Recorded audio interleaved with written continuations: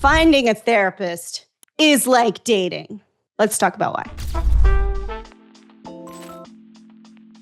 Hi, guys. I'm Lauren. I go by L2. Yes, you can call me L2.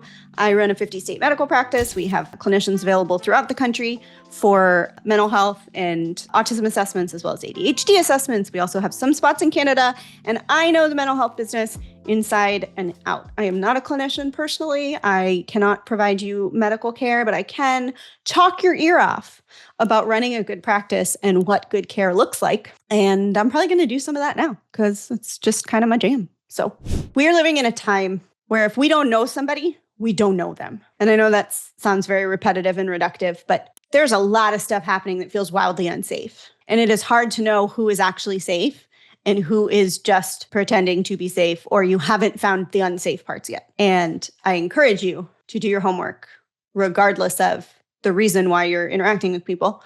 But it can be really, really hard to figure out what kinds of care providers to access when you're not sure what their belief system is, whether they support people like you, whether they have any experience with people like you. And there's nothing wrong with being a people like you. Nothing. It is okay to expect that your care providers will accommodate you for who you are and will have space for you for who you are. So when you're finding a new therapist, that can be kind of scary because this is a person that you are going to have to develop a relationship with, that you're going to have to share deep parts of yourself with, who's going to push your buttons, who's going to make you mad at times, who's going to ask you questions in ways that you never thought about. Like, this person is going to have access to every part of your brain.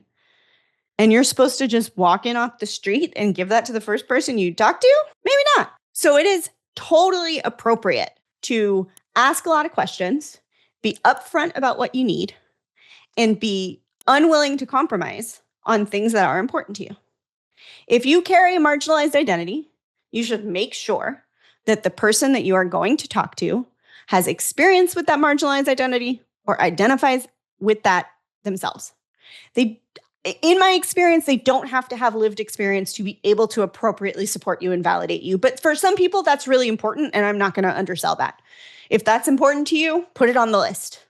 That's a deal breaker. There were things, and I said this before awkwardly, but finding a new therapist is like dating because you have a list of non-negotiables, you have a list of things that are probably okay, and you know what you're not going to compromise on, and you know what you will compromise on. And the will compromises are things that you can be fine with that you would prefer not, and the won't compromises are things that make you absolutely uncomfortable and are not okay. So if you are looking for someone who understands you, maybe not you, but somebody like you, it is okay to have a list of questions. It is okay to ask them all of those questions.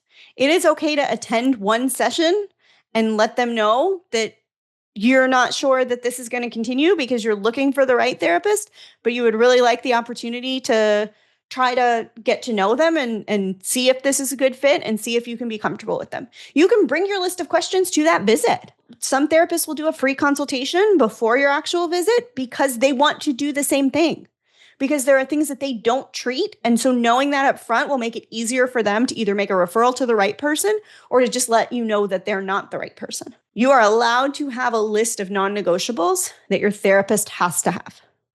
Maybe it's experience with trauma. Maybe it's experience with mother wounds. Maybe it's any number of things.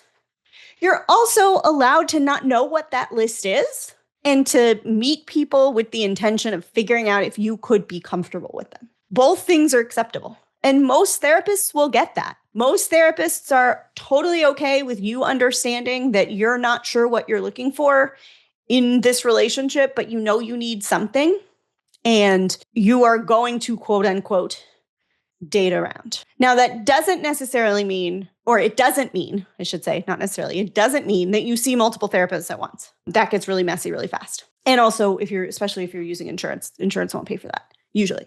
Unless they're like completely different modalities and they're billed differently, then they usually won't pay for two at once. But you can go to a therapist one time and say, I don't think that was right. And then go to another therapist one time and say, I don't think that was right. And then go to another therapist to try again. And then on the third time go, oh, this might be right. I think I like this person. And go for 5 or 6 times. And then after 6 times, decide it's not right. That's totally, totally acceptable. In the same way that when you date somebody, there are some people you're going to meet on the first date for coffee and be like, nope, never again. Get away from me. This is not working. And on the second date, you meet somebody else and you get through 6 dates and go, yeah, I liked them, but it just wasn't right. It's not somebody I want to date long term. Somebody I don't mind talking to. I'd probably like to go out for a beer with them, but that's not my therapist. Sometimes you have to go through several. Sometimes you strike gold on the first one. Sometimes you are looking for something different and you're willing to give it a shot with somebody who isn't your normal vibe because you're trying to challenge something about yourself, and that's okay too. But finding a therapist is a lot like dating, and don't date your therapist. Don't do that. It's rare, but it happens. But you are in control. They might be giving the direction, but you are making the decision as to what care you engage with. And you can decide if this is right for you or not. You don't need a reason why this is not the right therapist for you. It can just be not the right therapist for you. Now, there are certain things that are just a matter of safety, and I would clarify them beforehand. Are you comfortable working with trans people? Are you comfortable working with queer people?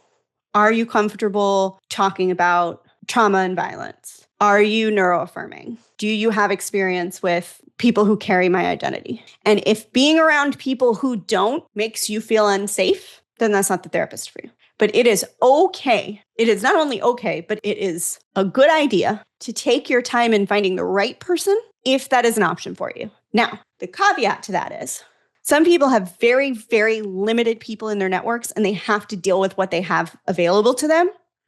And in those cases, I wish it was more varied. I wish it was more of an option. But you want to make sure at a minimum that the people that you are trusting with your healthcare are safe for you. And then if that's not the case, escalate it to your health plan that you need more options for this and see if there's anything that they can do. Because sometimes they do have programs for finding additional people to add in network. It's not super common, but it does happen. And we get requests for that occasionally. But at a minimum, you need to be psychologically safe with your care provider. And you should not have a list of new things to talk about with your next therapist from the last therapist. Physical safety first. Psychological safety, also very important. And then we get to the nice to haves, which sometimes, it depends where you are, what access you have in your community, who's in your network. There are things that contribute to that. And sometimes somebody who maybe in an ideal world would not have been your pick turns out to be a really good therapist and good for you. It just took you a little bit of time to get to know each other. That's not the ideal. I would rather you find somebody that you're really comfortable with from day one so you can start doing the hard work really early. But sometimes our systems just don't allow for that. If you have certain insurances, if you are in certain programs, whatever, like sometimes it's just not possible. And in those cases, we do things a little bit differently. And we don't compromise in the non-negotiables. We can compromise in the things that would be nice to have or preferred. So that part is not like dating. That part, when dating, you shouldn't compromise that much. There's no in-network or out-of-network with dating. Please find somebody who deserves you and wait until you find them. Love you, mean it.